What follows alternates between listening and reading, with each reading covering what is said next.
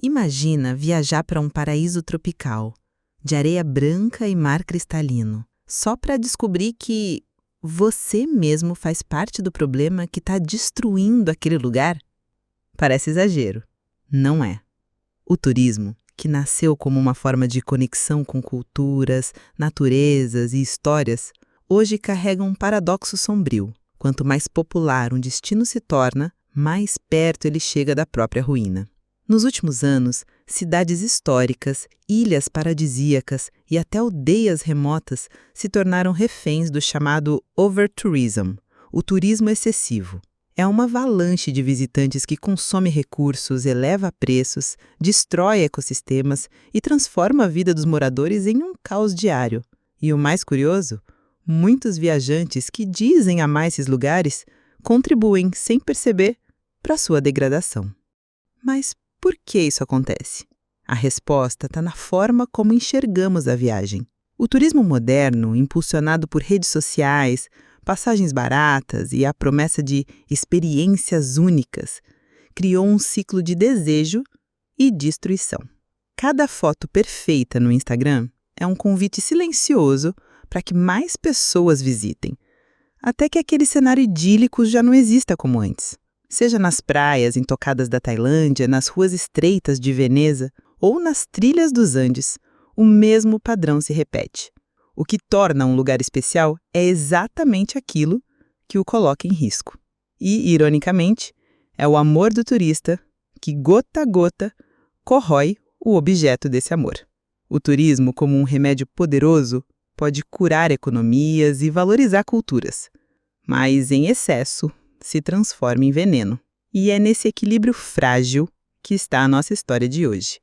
Quando vemos fotos de lugares famosos, quase nunca imaginamos a realidade por trás da lente. Mas para quem mora ali, o paraíso pode ter se tornado um verdadeiro pesadelo. Em cidades como Barcelona e Lisboa, o custo de vida disparou devido à demanda por hospedagens temporárias. Apartamentos antes ocupados por famílias agora são alugados apenas para turistas, expulsando moradores locais e transformando bairros inteiros em vitrines temporárias. E não é só uma questão de moradia. O turismo excessivo também sobrecarrega serviços básicos: transporte público lotado, coleta de lixo insuficiente, escassez de água potável e até hospitais superlotados. Em alguns destinos insulares, como as Maldivas, o aumento da população flutuante chega a dobrar o consumo de água e energia durante as temporadas de pico, criando crises que afetam muito mais os moradores do que os visitantes. O impacto ambiental é ainda mais silencioso e devastador. Trilhas naturais são erodidas pelo fluxo constante de caminhantes, recifes de coral morrem devido ao contato humano e à poluição causada por protetores solares, a fauna silvestre perde espaço e hábitos por causa do barulho e da presença constante de estranhos.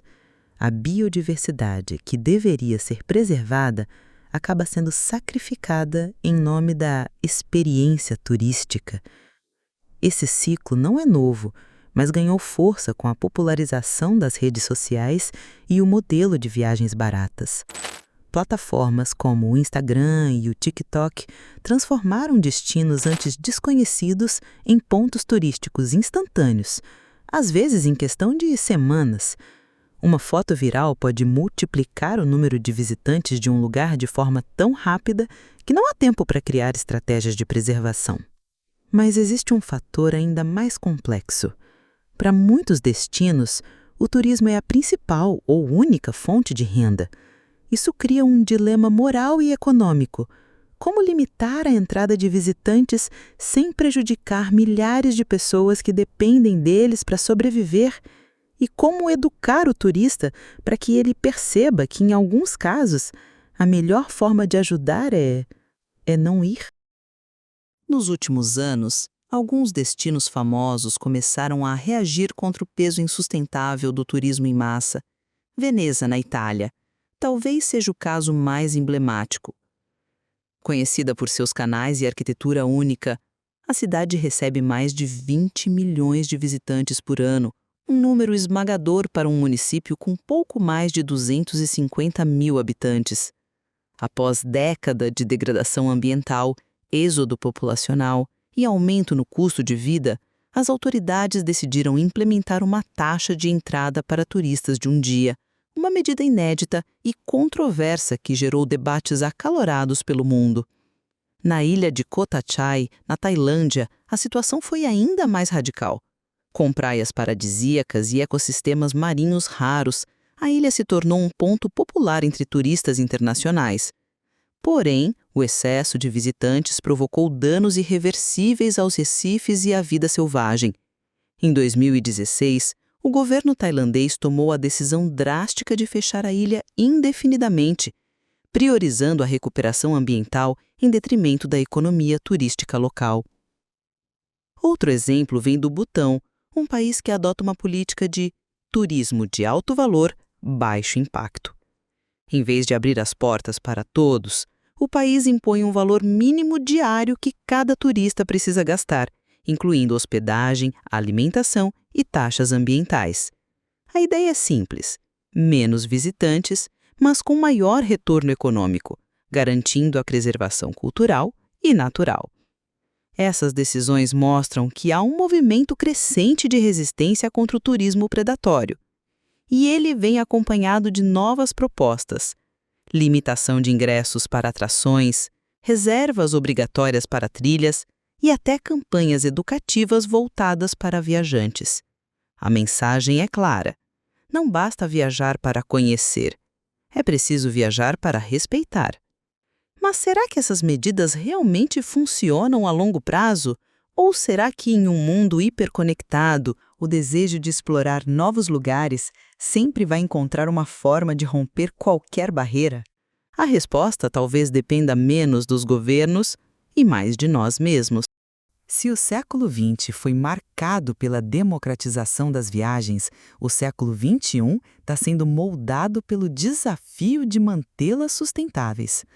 Nunca foi tão fácil e barato embarcar para o outro lado do mundo, mas essa acessibilidade tem um custo que muitas vezes não aparece na foto perfeita do Instagram. O turismo mal gerido pode acelerar mudanças climáticas, destruir ecossistemas e apagar culturas locais, transformando destinos únicos em simples cenários artificiais para consumo rápido. Por outro lado, a solução não é fechar o mundo. Viajar é uma das experiências mais transformadoras que podemos viver, capaz de ampliar horizontes e criar empatia entre culturas. A questão central é: como manter esse privilégio sem comprometer o futuro dos lugares que amamos visitar? A resposta passa por um novo pacto entre viajantes, comunidades e governos. Tecnologias emergentes, como sistemas de monitoramento ambiental em tempo real, estão ajudando a regular o fluxo de turistas. Plataformas de reservas já testam algoritmos que direcionam visitantes para horários e dias menos movimentados, evitando picos de superlotação. Além disso, cresce o movimento de turismo lento. Viajar menos vezes por ano, mas por períodos mais longos, valorizando a imersão em vez do consumo rápido. No entanto, nada disso terá efeito sem uma mudança de mentalidade no viajante comum. É preciso trocar a lógica do checklist pela curiosidade genuína. Respeitar regras locais, consumir de pequenos negócios e escolher destinos que respeitem seus próprios limites são atitudes simples, mas poderosas. Talvez no futuro, a liberdade de viajar dependa do compromisso de cada um com a preservação dos lugares visitados. E nesse cenário, a pergunta deixa de ser: quantos países você já conheceu? Para se tornar: quantos lugares você ajudou a preservar? Viajar sempre foi mais do que mudar de lugar. É mudar a forma como vemos o mundo. Mas, se quisermos que as próximas gerações também tenham esse privilégio, precisamos repensar nossas escolhas agora. Cada passagem comprada é um voto, para um turismo que destrói ou para um turismo que preserva. Então, da próxima vez que fizer as malas, pergunte-se: essa viagem vai deixar uma pegada que vale a pena? E agora eu quero ouvir você. Qual foi a viagem mais impactante da sua vida e o que ela te ensinou sobre respeitar o lugar que visitou? Comenta aqui embaixo e bora trocar experiências.